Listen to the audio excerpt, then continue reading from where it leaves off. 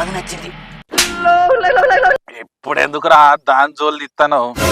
ప్రశాంతంగా మందు కూడా తాగని ఎవరా నీ? చెప్తినకపోతే క్షణంగా చూసుడే. నీ ఇష్టం అన్నా ఇక.